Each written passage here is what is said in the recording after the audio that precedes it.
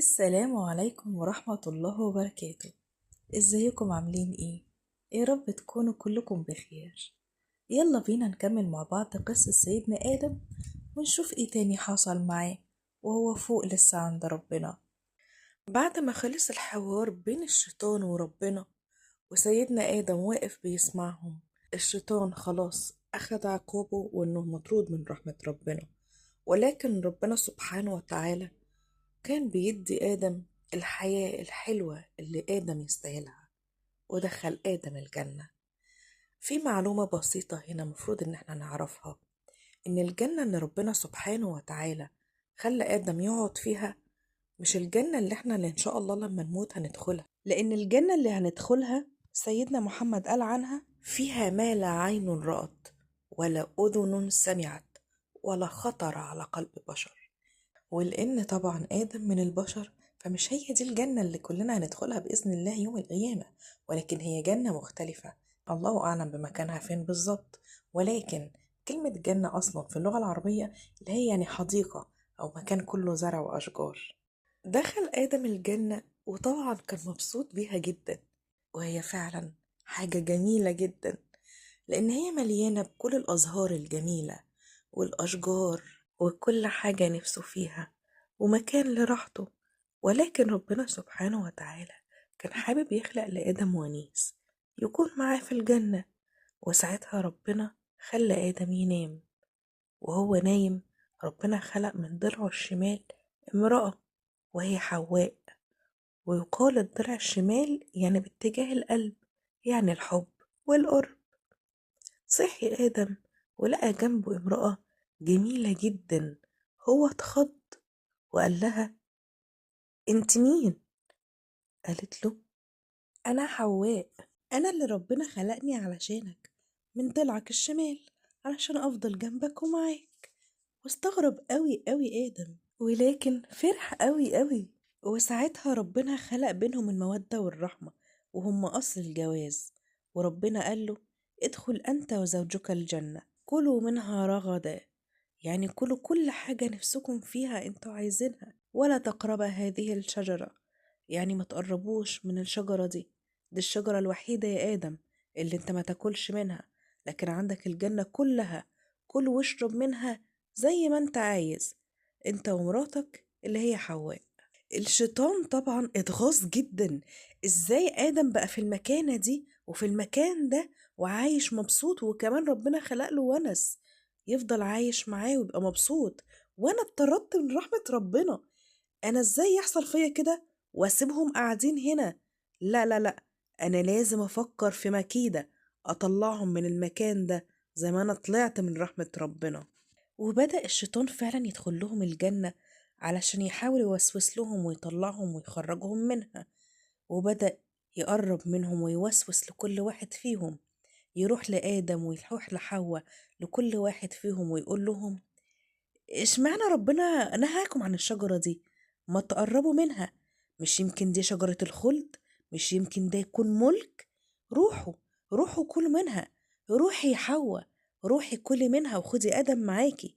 يلا يا آدم، روح كل من الشجرة دي، كل منها، دي شجرة الملك وشجرة الخلد، اسمع كلامي، أنا عارف.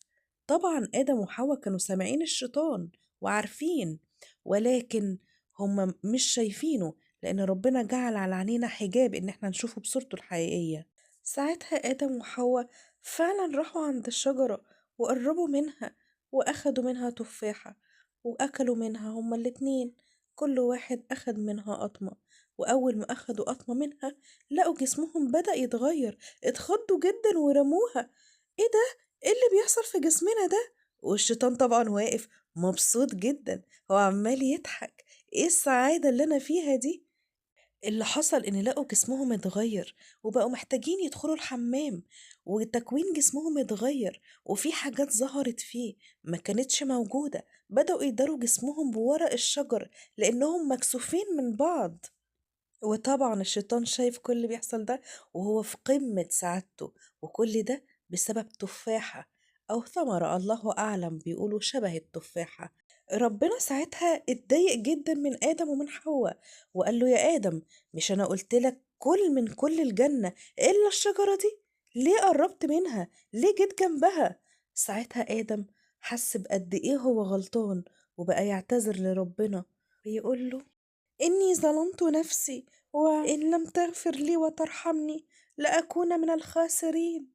الله قبل توبة آدم، ولكن ربنا سبحانه وتعالى قال لآدم وحواء وإبليس: اهبطا جميعا بعضكم لبعض عدو، ونزلهم على الأرض.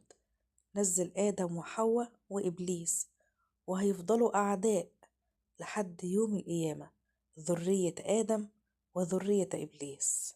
ربنا لما نزلهم على الأرض منزلش آدم وحواء مع بعض، نزل كل واحد منهم في مكان مختلف، وبدأوا يدوروا على بعض.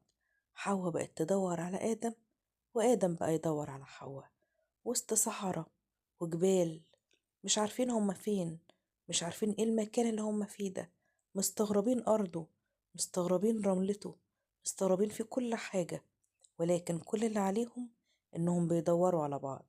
آدم بقى يدور على حواء طول النهار، ويطلع الجبال يبص عليها، وينام طول الليل. وحواء بقت تدور على آدم طول الليل والنهار، وتطلع برضو الجبال وتدور عليه. وفضلوا على الحال ده فترة طويلة، الله أعلم قد إيه بالظبط، ولكن في أقاويل بتقول إن قعدوا 40 سنة، لحد ما ربنا جمعهم على جبل عرفات. وعلشان كده الجبل ده اسمه جبل عرفات، بسبب إن آدم وحواء اتقابلوا عليه.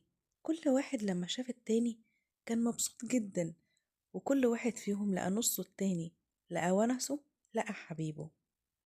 ربنا بقى ينزل لآدم جبريل عليه السلام علشان يعلمه ازاي يعيش على الأرض، ازاي هيقدر ياكل، ازاي هيقدر يشرب، هيعيش ازاي على الأرض، وازاي يربي مواشي، ازاي هيزرع، وازاي يبني بيت، وازاي يخلف. كانت حواء ربنا بيرزقها في كل بطن حمل باتنين توأم، ولد وبنت. وكان الولد والبنت دول ما يتجوزوش بعض، ولكن في البطن التانية لما كانت تحمل في ولد وبنت كانوا هما دول اللي بيتجوزوا دول.